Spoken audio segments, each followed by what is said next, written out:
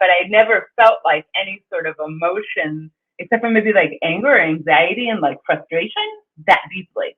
And I was like, wow, I don't want to change anymore. This is like being kind of more of a real person. Jennie and Lucie, how did you find carnivore? Um, well, I got periodontal disease and I was not happy about it because they wanted me to go on antibiotics. And I had just gotten over several years of having these coughing fits and bronchitis, and it ended with I had cracked ribs, and it went undiagnosed. And so finally, the doctor figured out that I had an infection, and I went on it was 3 or 4 back-to-back antibiotics, and it was just basically take this one. If it doesn't solve it, then go fill the next one and take it. And the last one was Cipro. And we had just moved down here to Tennessee, and by the time I was done with it was like a year in. I still smelled like bread and beer. That's the best way I can describe it. I literally, like, everywhere I would go, I would smell this awful yeasty smell. And TMI, my bum itched so bad all the time. And I had like a white tongue. I had a constant like plaque in my mouth. It was really disgusting. And it was like shameful. And I was also 300 pounds at that point, probably over. And so I was really upset, but at the same time, I was also fearful because I guess I have a lot of ridges in my mouth naturally, and my mother did too, so I would never be a candidate for dentures either. And as I got older, and I was like, well, your face falls and it's really unattractive, and I'm vain, and I was just terrified of, losing my teeth or having them come loose. And so I finally relented with the dentist. And he was a really great dentist, and I really loved them. They were kind of more holistic, and like they did test the bacteria, and it was the rhodiosia or whatever. It sounds like rhododendron, and that's the one that causes heart disease. So they were like very aggressive on trying to convince me to do it. And so I was like, okay, well, what can I take? Is there an herb or is there this and that can keep me from getting all smelling like beer and bread again? Because I had like, basically eaten a lot of probiotics and this and that. And I did get it into check eventually. And I was just like, oh no, this is just going to be dreadful. I'm going to smell like the bread aisle. And so I went online and was looking things up, and a lot of it was very restrictive diets, and some of them were more vegetarian and stuff. And I was like, oh my God, I'm never going to be able to do this, because I was like kind of really foodie like I even made like our own sourdough bread. And she used to cook any and everything under the sun, like anything I would ask for my friends, and she'd make pretzels for my best friend for years. Like she would make anything. Yeah, and it was good. Yeah, and I ate it all too, and that's why I was 300 pounds. Yeah, it's still really good. My food still is very delicious. The simplest things come out just so amazing. Like a burger is the best thing in the world. Like when you go to eat it, it literally is the best thing you've ever eaten. And so I found Dr. Berg.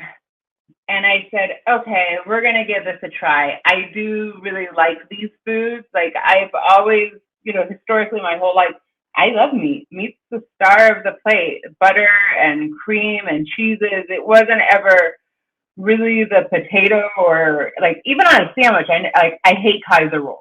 Like I don't like a big nasty bun, or I would always like rip the bread off of my sandwiches. Like I was never really fond of it. And then maybe because my mother also made bread for us growing up. So I just like the commercial stuff never really tasted that super to me. And so I was like, I'll give this a try. And I very, very slowly eased into it over 2 weeks. And so like I was like, okay, I'm gonna buy a wheel of brie and a lot of meat, and I did do like keto snacks, and like we'd make like chicken tenders with like almond flour and coconut flour. I had the fat bombs and all of that. And the one thing that was a big mistake, and I was very happy to get rid of, is I did do the 7 cups of salad a day business that he does, and it literally I could eat salad before, but in that quantity, I was Sorry, my cat in the jumped up. bathroom, like really bad. Like it would go straight through me. And so I was doing smoothies. And we have been doing smoothies before that too. Yeah, we've been doing smoothies for a while. Like, but I would never have 7 to 10 cups of spinach at a time. It was really bad. And so after about 3 months, I did switch to carnivore. But just with the keto itself, I guess like I didn't really know, like I started walking every day, and like each day I'd have like nuts. I would like replace meals, and so it was just like, okay, so I'll have an eggs and I'll have some nuts for a snack. The next couple days I added that in, and like just kept on replacing things until I was fully keto, and that was about 2 weeks. And once I was fully in on it, I just remember I was taking my walk, and like my heels just like felt like they were making contact with the earth, like in a way that like my step and my stride was like meaningful and purposeful. And I never really felt like that before. Like I felt like really centered and balanced physically. And I just remember walking, and it just like struck me, and I was like, that's so odd. It's almost like I'm connected to the earth. Like I feel, it's not like feeling, I don't even know how to explain it. It wasn't like feeling gravity. It was just like I just felt connected, like part of the ground. And it was just like a purposeful walk. And it wasn't really so much like a muscular thing. It was something very different. And then about a week later, I was coming back from dropping you off to school in the morning. Yeah. And where we are here, there's a lot of fields and farmland still. A lot of it's going away, but there's still a lot of it. And the sun was rising over this beautiful field, and it wasn't planted. It was just, all the wildflowers here, and it's gorgeous, and dew on it, and just everything. I just started to cry. It was so beautiful. Like tears started coming in my face. Never in my entire life. I can remember being like little and being like, well, why are they crying if they're happy? I just don't really understand why they're feeling. And I can remember asking them, why are they crying? That doesn't make any sense to me, that you would be sad and crying if you're happy. And then I finally understood what that meant, to cry tears of joy. And it's happened many times after that, but I never felt like any sort of emotion, except for maybe like anger or anxiety and like frustration, that deeply. And I was like, wow, I don't want to change anymore. This is like being kind of more of a real person. Like that's the best way I can describe it. Just like, I'm human, I guess. And, I would hope you're human. I hope so. I don't know. How do you feel about my mood since? They've definitely improved. Like my mom, I remember, I think it was like ages like 8 to 11. You spent most of your time on the couch. Like you didn't really move. Like you kind of just went through the motions, but you spent most of your free time on the couch. And then, I started getting into middle school. You did become a bit more active again, but it was still like you're kind of. That's when we moved down here. Yeah, when you first moved down here. I also had a really bad bout with aspartame, and so the sitting on the couch thing I was getting these muscle spasms, and in the morning, and it wouldn't really dissipate until 10 o'clock. Like the chiropractor eventually did want me to go in and get the epidural steroids, and then he was recommending surgery eventually. And he was very he was very holistic too himself. And they were just like, I don't think we can help you. Like he was worried I was going to get drop foot, where I would no longer be able to feel the bottom of my feet. And I had tried everything, like a lot of like remedies and stuff, and to the chiropractor and everything else. And on a lark one day when we were down here, I had read somewhere that aspartame had caused problems like that.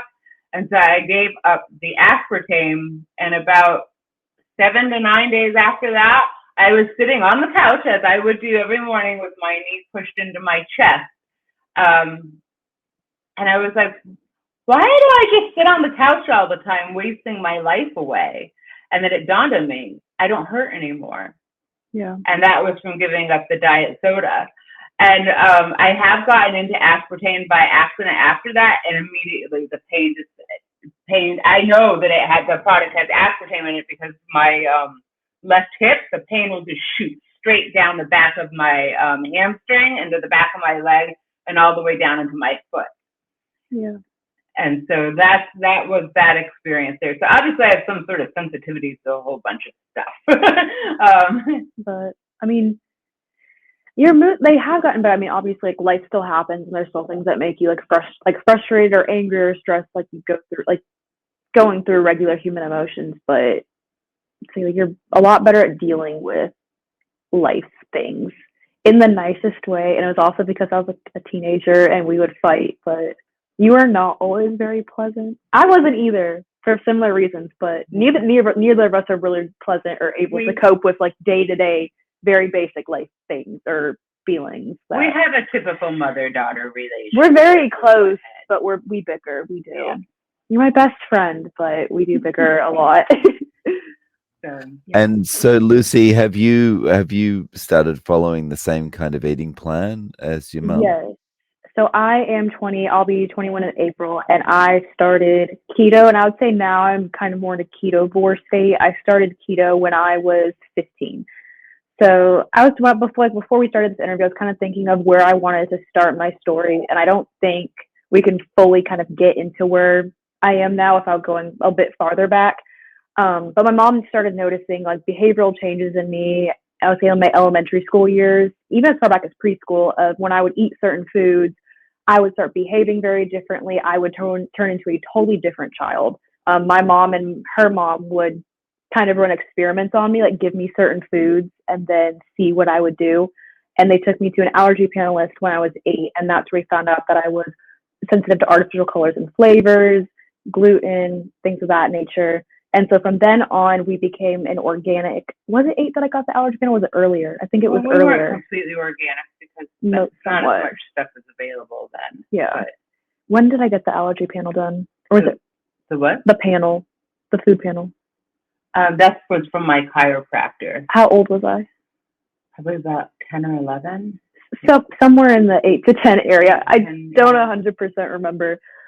But we had started on removing artificial colors and flavors. We 100% did that. We were as organic as you could be in like 2010. She literally, she had a birthday party, and I made her a cake, and it had I made little fondant fairies to go on it, and a little candy wings. And as soon as she ate the cake, the party, that would happen, like social things would just go downhill in a hurry for her. Yeah. And so after she ate the cake, she started walking on the perimeter of our yard, ignoring all of her guests, and would no longer interact with anybody. Yeah. So she was like walking behind the pool and the whole outside of the, like basically behaving autistically. And she had gotten an Asperger's diagnosis when she was little, but when we took most of those food things out. Now, my mother was very authoritarian, and she was like, she just needs a spanking. And I was like, well, no, I don't think we're going to do that thing. And so I said to her, I was like, watch what happens. I'm going to give her a slice of this cake. And this was like later on, like the day after. And she just noticed like night and day. She was just like, I don't like this child anymore. Yeah. But there was kind of that phase of like starting to realize that something wasn't right with me health-wise. And then we noticed that my thyroid, my mom and my dad noticed that my thyroid was getting enlarged. So they took me to get testing for Hashimoto's and get some thyroid tests done because there was a fluoride spill in our area around that time. And Fukushima. Yeah. And my paternal grandfather has Hashimoto's, so we thought that could be a possibility. And so the test came back and I didn't have it. However, I really did have it the whole time, and I was misdiagnosed. But she can explain that. They ever tested for Hashimoto's. They just tested for hypothyroidism, and her doctor had actually noticed that her thyroid was enlarged at her physical appointment. It wasn't a thing that either of us noticed. It was the doctor. Okay. I was 10, so I'm not 100% sure. Like, you correct me whenever. I just know generally. Yeah, so she ended up going, and like I never felt comfortable with when they were just like, oh, sometimes the thyroid just gets big like that. Like, it always bothered me. And I was always asking, I was like, well, why is her thyroid like this? I mean, I've never had my thyroid suddenly get big. Why is hers doing this? When we moved down here, we did see an endocrinologist in Vanderbilt. And surprise, I got diagnosed with Hashimoto's when I was 15. Yeah, and they were like, well, because she has Hashimoto's thyroiditis, and she had, the antibody screening for it, and she's positive for it. And they wanted to put, and her, at the same time, her insulin, her A1C was really high. Yeah. And they were like, well, your A1C is really high, and blah, blah, blah, blah. But your cholesterol is super. That I was just like, okay, she's 15. Yeah. I don't really care about her cholesterol. It's just really significant. And they wanted to put her on metformin and like a bunch of other stuff. And I was just like, I don't know how I feel about that. We are going to look into other things, and we will control it with diet. Her, because I had already started to do keto at that point when she had gone to she had been doing it for about 6 months or so, and I was very resistant. But long story short, I'm very grateful now. It's something that I struggled with socially, and I want to kind of get into that later, of doing something like that's controversial, like in the food sphere as a young adult, and what that is like. But I was very resistant to it. I remember at the doctor too, like during that time when I first started, I had an arrhythmia. That was terrifying. Yeah, arrhythmia. I was pre-diabetic. I was insulin resistant.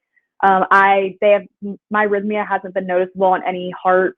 It went away. It just went away. Like, it was bad enough. They admitted her into the ER and like started doing like EKGs and stuff. It was like so all over the place. Like, we were there for hours. Yeah. Like, we didn't have to wait in the waiting room. She went to triage, and they just like sped her in there, and they could find nothing wrong. And we even got like a heart monitor to wear, and they could not. They didn't know what it was. I personally think it's corn. Yeah, but spoiler alert, it made my arrhythmia go away. So there's that. But I remember being very resistant to it. I, at the time, weighed about 175 pounds, and I was about a little under 5'6", and I today am 140 pounds and 5'8". So I remember even in the first week noticing how differently my clothes felt. I remember back to school shopping, and before I'd started, I was about a size 10, 12. And I interrupt for a minute. And this is while she was on the swim team. Oh, competitively swimming.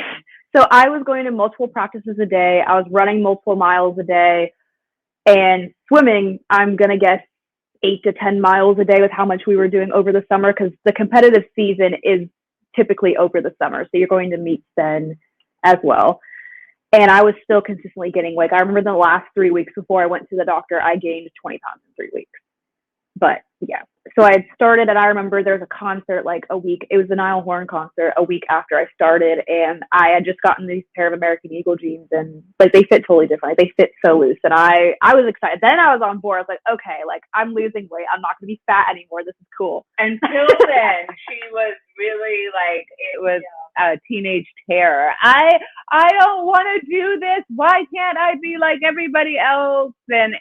She wasn't even eating that bad. Like, I would like make her little homemade yogurt, like yogurt that I incubated myself. She had like little bougie glass jars with jam inside and fancy little elderberry waters. And, I always tried to make her lunches like fun, because like she'd have deviled eggs, or I'd make her little wrap sandwiches and hummus and whatever. She would just have like a fancy lunch like every day. And just to keep her from not being mad about not having Lunchables and Doritos and Capri Suns like everybody else had. I never wanted Lunchables. Those were always nasty. Yeah, they are pretty nasty. But yeah, my point was, I just started noticing like I was losing weight fairly quickly. I was so excited to be a size 6, because at that point I had been a size 6 since I was 11. And no one really called me fat anymore in high school, but I did get picked on in middle school, mostly in 6th and 7th grade, for my weight. And it was something that I was very insecure about. And mentally too, like obviously like in those years, I'm a teenager, I'm a teenage girl, I'm going to experience all of the emotions and hormones that come with it. But I had noticed that I was able to kind of function and really just cope better. I had a lot of brain fog, and I particularly dealt with a lot of anger issues at the time. And so what would happen is like my mind would go blank and I would just like absolutely lose it. Like I wasn't able to take a step back and think, okay, I'm only angry now. Whatever I do and how I react to this is going to last longer than my anger. So like since then, I'm able to like gain that sort of foresight, and it's more so just like it's helped me like learn how to put a pause or like a slow down button on kind of going through those things. So I noticed a definite change in my coping abilities and what even got me angry anymore. Just like I kind of grew up emotionally, I guess that's the best kind of ways. Like I matured. I think you maybe just became more connected with your emotions. Yeah, that's a good way to say it. But I ate a lot of the keto snacks for a while. I would say really, I haven't had any of the Quest stuff in like 6 months. It doesn't even taste good to me anymore. I tried having a bag of chips over the summer and didn't really like it. Quest chips or real chips? Quest chips. Okay. The Quest, by the way, for anyone who doesn't know, it's like, I guess like a keto brand. So I would frequently have like keto snacks. They make like a keto Doritos. Yeah, essentially. They have like ice cream, chips, bars, all that stuff. Cookies. So I was eating a lot of that, and it was more so really in the last year, I would say that I've moved a lot more towards my mom, where I'm lower carb, I eat a lot more protein. I primarily do just eat meat and eggs. I wouldn't say that I'm carnivore because I do love my dairy. I love my cheese. I love my yogurt. I love my cottage cheese. I have berries sometimes, sort of things like that. One really big thing too that I noticed was, as I mentioned earlier, I competitive swam for several years, and I just noticed I had a lot more energy because I was always a sprinter. So I remember like feeling exhausted like in the last 10 feet. I noticed it'll push a lot farther, and I always was kind of isolated. I only had muscle in my legs. I was not able to build any muscle in my arm, and I was sweater on, so I'm not going to flex and show off my guns, but I go to the gym a lot now, and it is so crazy that I actually have like defined shoulders. Like I have a defined upper body. Like, and it's just in general, like diet and fitness, especially me getting into the gym after swim. I quit during COVID. We weren't really able to practice, so it unfortunately kind of killed my love for the sport. And it took me a year to find the gym and enjoy being active again. And then on top of my diet, it's really become like a core part of who I am, which is like, it's really important to me. Not something I take a lot of pride in, but when I was younger, especially like kind of just starting, and I will say it was a good thing that I changed. I think it was a good thing that I changed schools like right when I was starting. So it wasn't like that people just knew me as, oh, Lucie eats different. There's just times where I was off with some people didn't understand, and even today, some people don't understand. Like, kind of look at me funny, but why? Like, it's more now. I kind of realize like why. Like, people who really care about me and want to be around me for the right reasons don't care about what I'm eating or why. I do explain in depth to people more if they ask, but I've also learned too that people, especially my age, are very defensive about their lifestyles. I have been called names and described as certain things because I act like I'm better than everyone else because I eat a certain way. Yeah, I've been told by someone that all I do is talk about my autoimmune disorder and I'm narcissistic because I always make eating about me when I really don't. I just say like I can't eat that. So people my age were not very So nice. that's their, sorry to interrupt, but that's their perception. That's not the way you're acting. That's just their perception of it, right? Yeah, this person had we weren't really friends anymore anyways, more so we hadn't been friends for a couple months and they were frustrated. I mean, I purposely at that point wasn't really, I was 17. I wasn't really bringing it up because I had people kind of like look at me funny before and like treat me differently. But yeah, they had a lot of reasons to be angry at me that they were just talking with emotion. But now today, like a lot of my friends actually have their own different eating things. My best friend is a bodybuilder. So she eats the traditional bodybuilder diet. Like no one else does exactly what I do, but a lot of my friends do have some sort of dietary thing as well, which I think is really cool that it played out that way. Like it's like, oh, like you eat weird too? Cool. Like we don't do the same thing. We can kind of like bond over that. And, you know, like my best friend, I said, she's a bodybuilder. One of my other good friends, she has celiac, so she's gluten intolerant. Yeah, I'll say my friend, my childhood best friend, she used to be pescatarian, and now she's kind of focusing on being more. Yeah. Oh, you are so excited to talk about that. I know. I'm so excited for her. I was like, how is it to not be a vegetarian anymore? I was like, I made her 2 burgers with bacon and cheese and an egg. Did I make her egg? Yeah.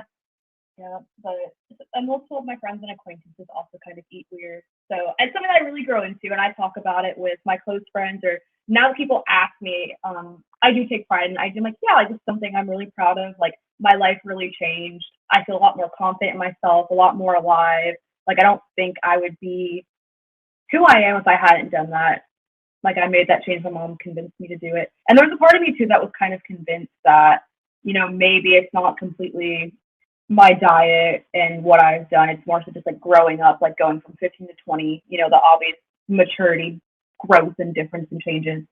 But I've also fought back to times where I've cheated either accidentally. I served for a couple years, and sometimes it would happen like once every 2 months. In a hurry, I'd grab someone's Sprite off the table instead of water, like just like blindly, and I could like feel my throat start swelling, and I would get like really like it just feels like my skin's crawling. And I remember that feeling, or even too, like I had a cheat meal about a year and a half ago. I got Indian buffet, so I used to love that. And we were going to drive about 30 minutes away to go to a specific thrift store. And I pulled over on the side of the interstate and threw up.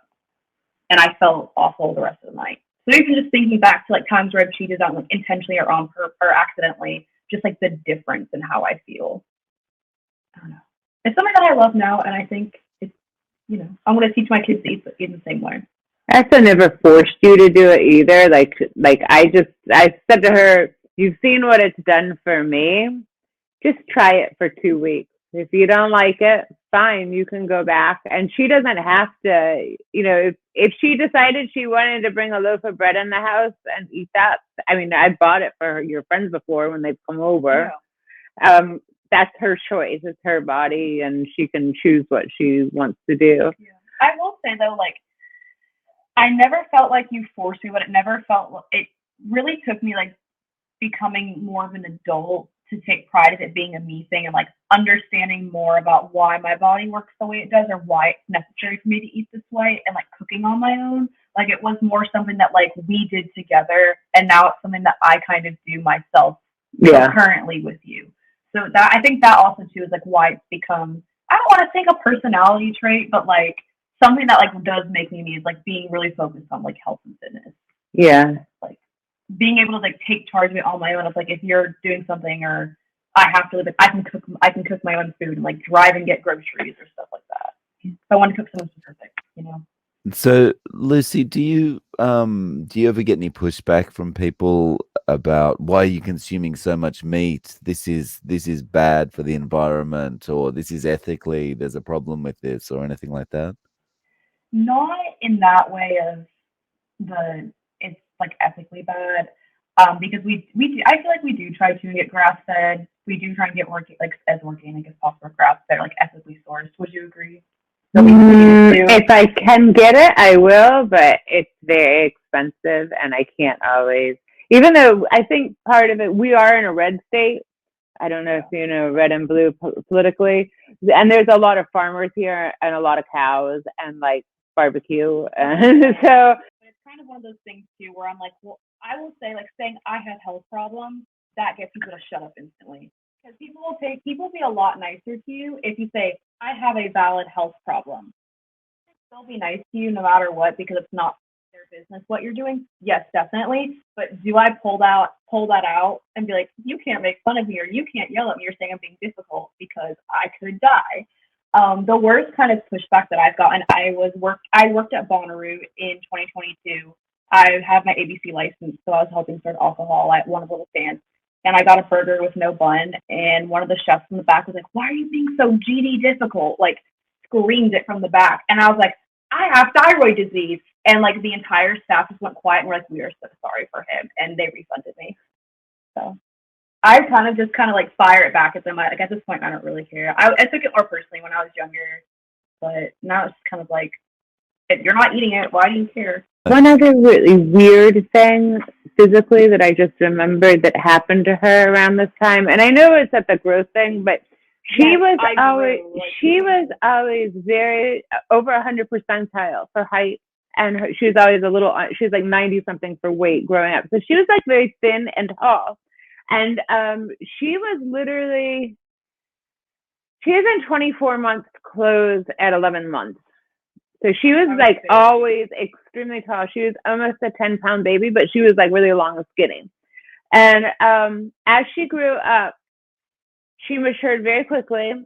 But her legs never, like, she always had short legs. And in my family, like, we're not like really short waisted or like super long legged or anything, but we're proportionate and have like long legs. I mean, I'm kind of, people will make that we're leggy. And she always had like short legs, and I was like, oh, it must come from her dad, you know. So insecure about it. And I never like rubbed it in her face or anything, but I was like, God, why are her thighs so short? It's with her thighs, you know? Yeah. And then we were in the kitchen, and I was like, something's really different about my daughter today. And I didn't know. I remember. So I mentioned, because I wanted to get into it again. I forgot. So when I first started, I was about 5'6", and so like I said, now I'm 5'8". I started when I was 15. I hadn't grown since my big growth spurt when I was 12, and I went from like 5'1" to 5'6". I just stopped from within a year, and I remember like 2 specific times where I had growing pains, like the most like it was horrible. It hurt so bad, like I could feel it. Like, what's the below the knee to the feet? Yeah, that area, like I could. But this was like within like 3 to 6 months of her starting. It felt like someone was like stretching. Like I couldn't remember what it was like still growing things, but I was so confused. And then I kind of realized later, especially as I've continued like to tone up and lean out, like how long my legs actually are. Like I grew over an inch after not growing for almost 3 years. That's like an inch and a half. It was like, I think. I don't want to say you were unattractive, but it was disproportionately shorter. And like, I just figured it must have been like something on my ex-husband's side. And, you know, but I noticed one day I was like, she wasn't looking at me in the same place anymore. And that's what it was. I was like, her eyes are up higher. Like, you know, like the counter height changed, you know, like she wasn't like where she was supposed to be. And I was like, I want to measure you. And it was like a good half an inch to an inch the first time. I grew a little bit more. It's like it was like 2 really big times, like over a half inch each time. Like slowly. But it was only like 3 to 6 months into it, I think. It just happened like very quickly. And I would love you the same with shorter thighs, but I was just like very pleased because it never. My daughter's attractive now. It's never reached her full potential height. Like they always said that she would be taller than me, and I'm 5'8". I'm shrinking though with age, and my ex was 6'1", and so she is supposed to like be somewhere in between there. My 2 of my sisters are almost 6 feet tall, so we've got, my dad was always over 6 feet, and so it was like, wow, this is very unusual that there's nobody in my family who's small, you know, or I don't really think anybody's small in his either. No, I'm by far the tallest. One of the now you are. No, one of his cousins is 5'5". Everyone else is 5'2" and 1. Like they're tiny. Well, in his immediate family. Yeah, they're tiny. Like his sister and his mom are like 5'1". Oh. They're like tiny. That's what I thought it was, because my aunts on my dad's side and my paternal grandmother, they're very tiny. My paternal cousins, immediate cousins, are tiny. I haven't been around them in so long, so I guess I have. Like they're like, I tower over them. On a daily basis, how are you both eating at the moment?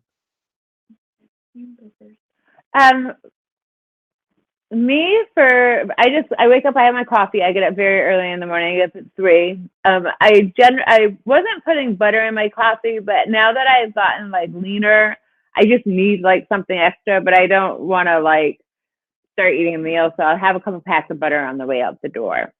And then about like 9:30 or so, I'll have a boiled egg. And then at my lunchtime, which is early, it's about 11:15, I will have a 3rd-pound patty of 73.27, and I pour the grease in there, and I just eat it cold. And so there's like a nice thick bit of it's like a beef butter patty on the bottom, and it's so delicious. And I just salt that and eat that. And then I get home from work probably about 4:30, and I'll have like a quick snack, before I go to the gym, either like a little couple packs of butter or another boiled egg or something. And then I'll make a chuck roast or hamburgers, meatballs. I do eat a lot of eggs. I get my eggs from a local family, and so they're all outside and everything. And I really credit a lot of my muscle tone and her muscle tone to those eggs, and they taste so good. That's like my eggs are my favorite food. Scrambled eggs. Yeah. They're amazing. And I usually, like, a lot of times I'll make like a chuck roast, like probably like a 2-pound chuck or a London broil or something, and I'll put it in the air fryer real quick. It really comes out good like that. And down here it's hot, so I don't really want to heat the house up and run the air conditioning like crazy. On Sundays, Saturdays or Sundays, we usually have lamb, and then sometimes I'll make fish cakes. Like I'll make salmon cakes for us. And I'm very fortunate that there's a regional outlet grocery store here, and they source their own meat locally. I think from North Carolina and Kentucky is where they get most of it. And so if their ground beef has no fillers in it, they're grinding it in the back there themselves. And it's extremely affordable. Like back during COVID, I would be able to get it for $2.59 a pound. Now it's gone up with inflation and everything. It's about $3.19 to $3.99 a pound, depending on like what the price is that week. But it's still extremely affordable compared to anywhere else. I primarily shop there now because a lot of our big box stores and the large supermarkets, it's no longer 100% beef. It all has natural flavors on it. If you flip the package over, there's an ingredients nutritional panel, and it says beef / natural flavorings. And because nobody can really explain to me what that is, I won't eat it. So I've seen some of that stuff online, and there's dextrose and stuff being put into it. Yeah. As well.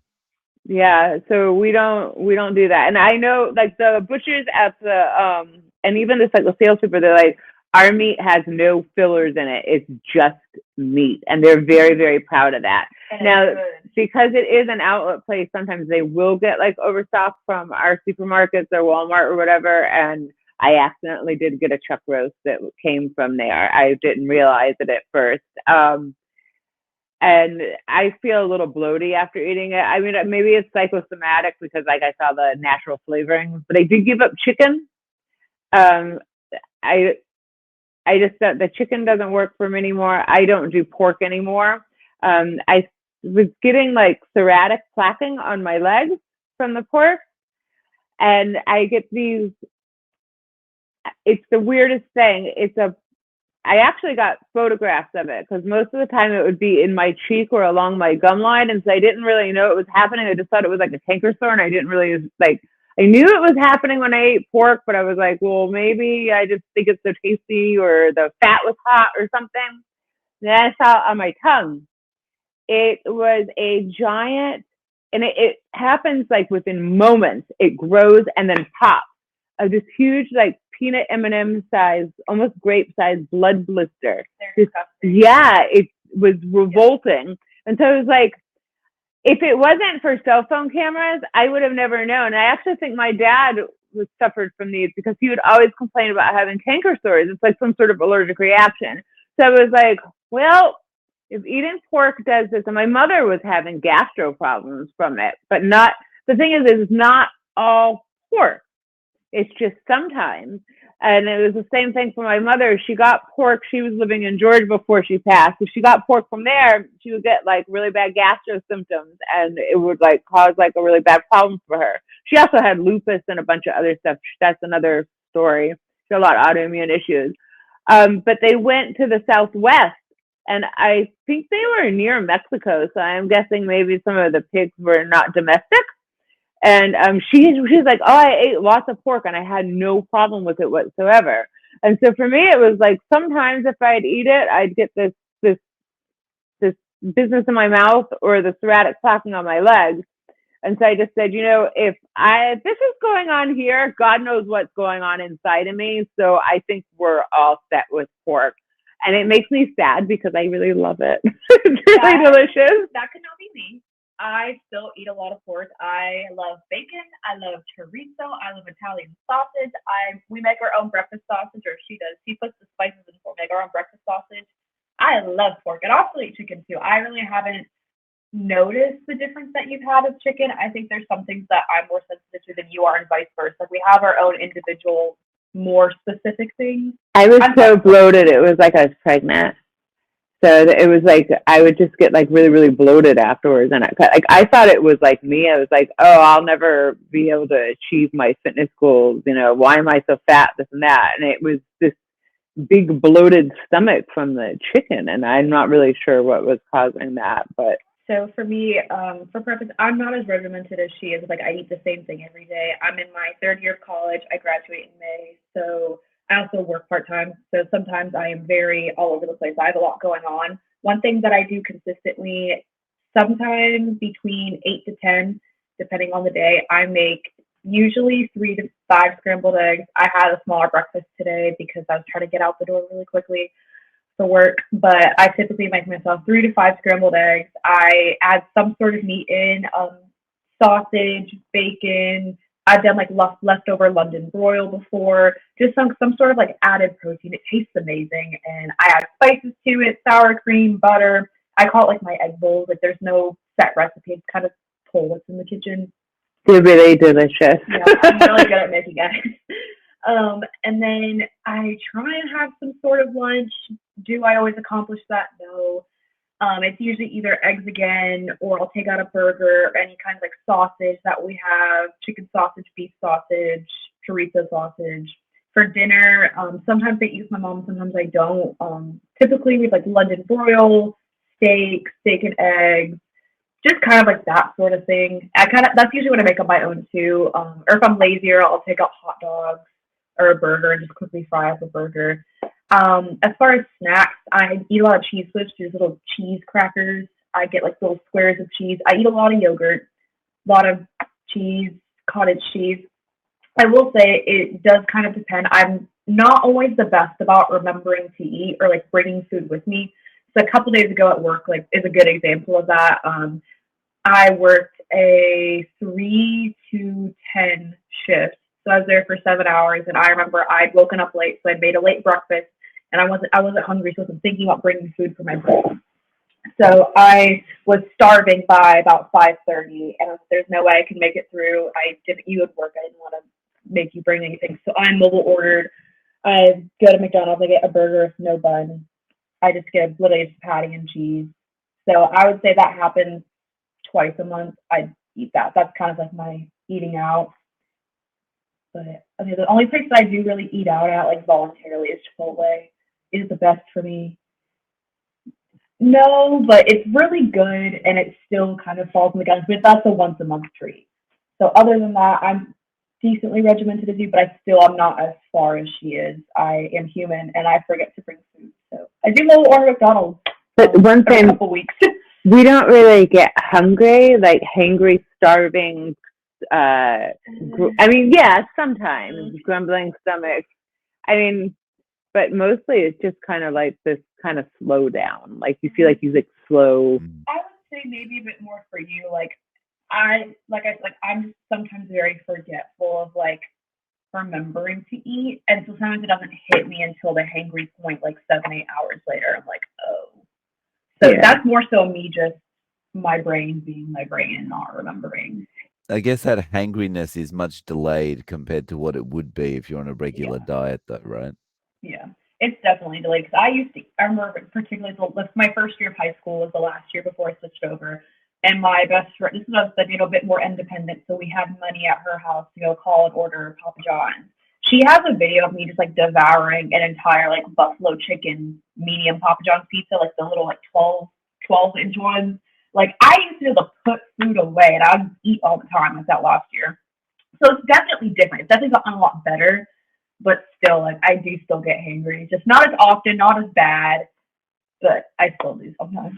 How would you recommend that someone gets started with this based on your experience? What's the way that each of you would recommend a friend get started so they can stick to this kind of way of eating? I think the person probably has to decide whether they're a moderator or an abstainer. I'm definitely not a moderator. I am an abstainer. And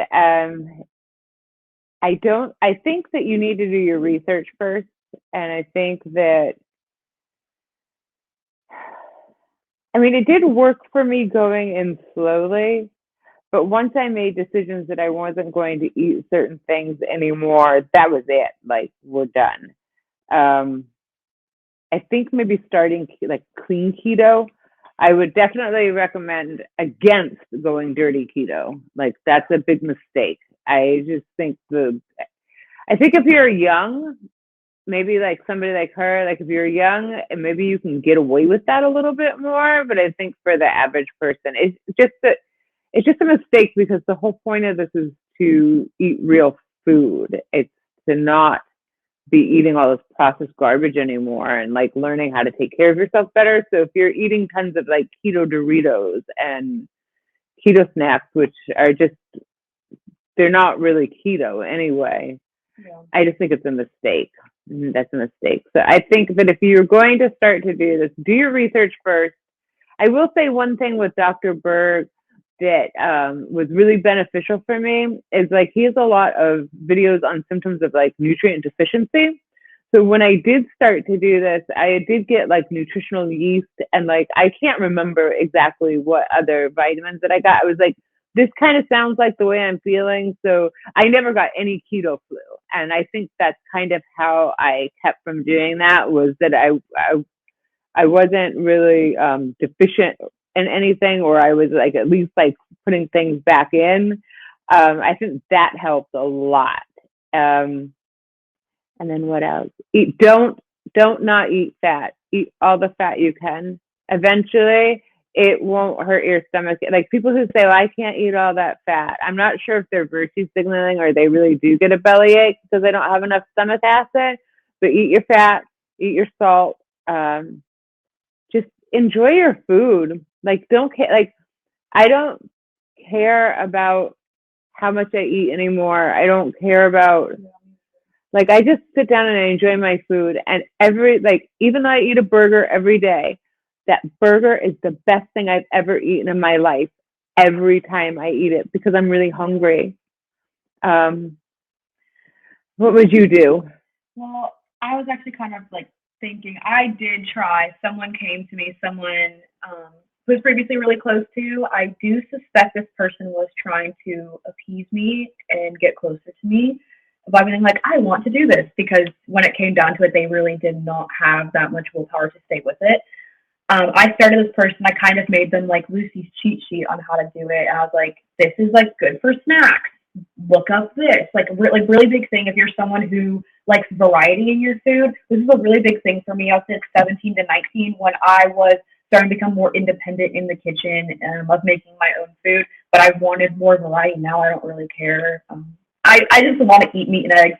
But like looking up different recipes that are considered like low carb or protein heavy, because there's a lot of creative things that you can do with meat and eggs if you really want to put the effort in and do it. Like, I think taking the time to actually cook your food and like do it instead of, I don't want to say like cheating and eating keto snacks, it also just makes you a lot more committed to it.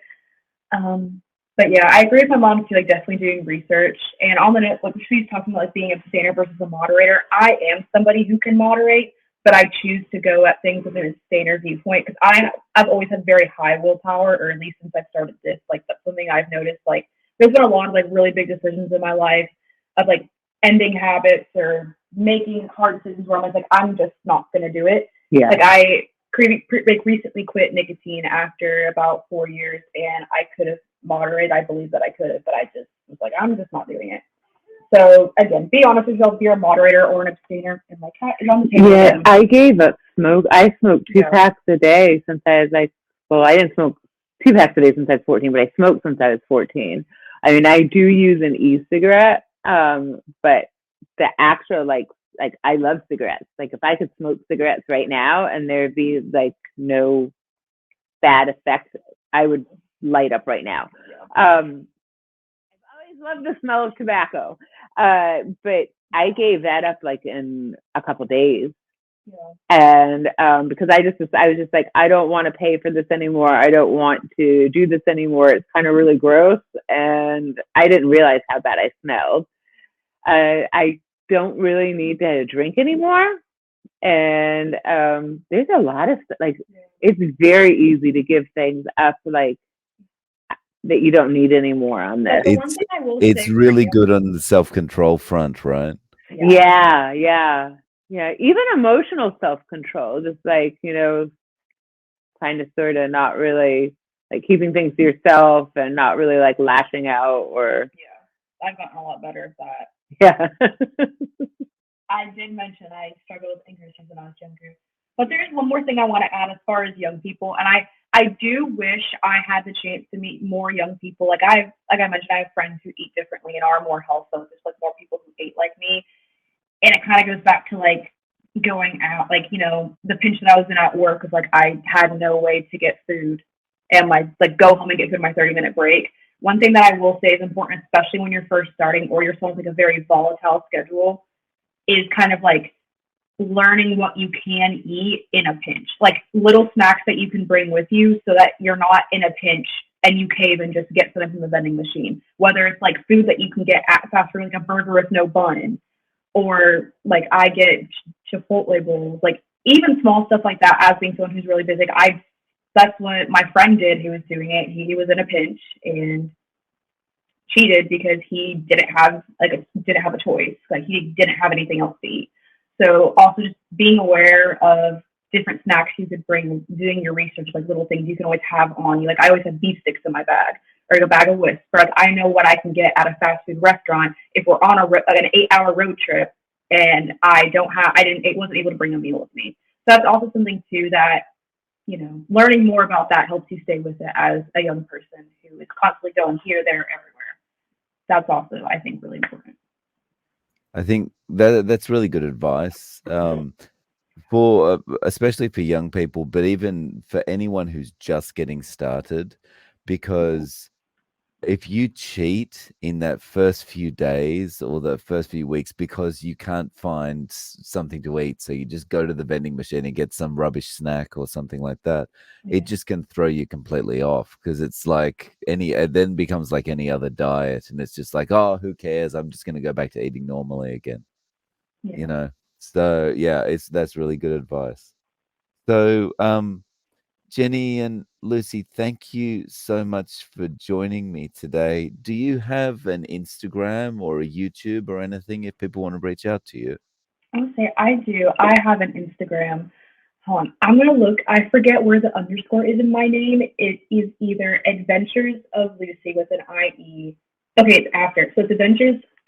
And my cat just bit me out. She's so jealous that we're not like giving her attention. She wants to be on there. She's like, I'm a carnivore too. My Instagram is Adventures of Lucie with an IE underscore. And if any other 20-something-year-olds want to be friends and we can do a virtual dinner date or little meat meals. You could do a meetup. We could carnivore meetup, keto carnivore meetup, Southern United States. Southeast, yep. Sounds I have a Facebook, but I'm not really active on it. So she's the social media queen here, not me. Yeah.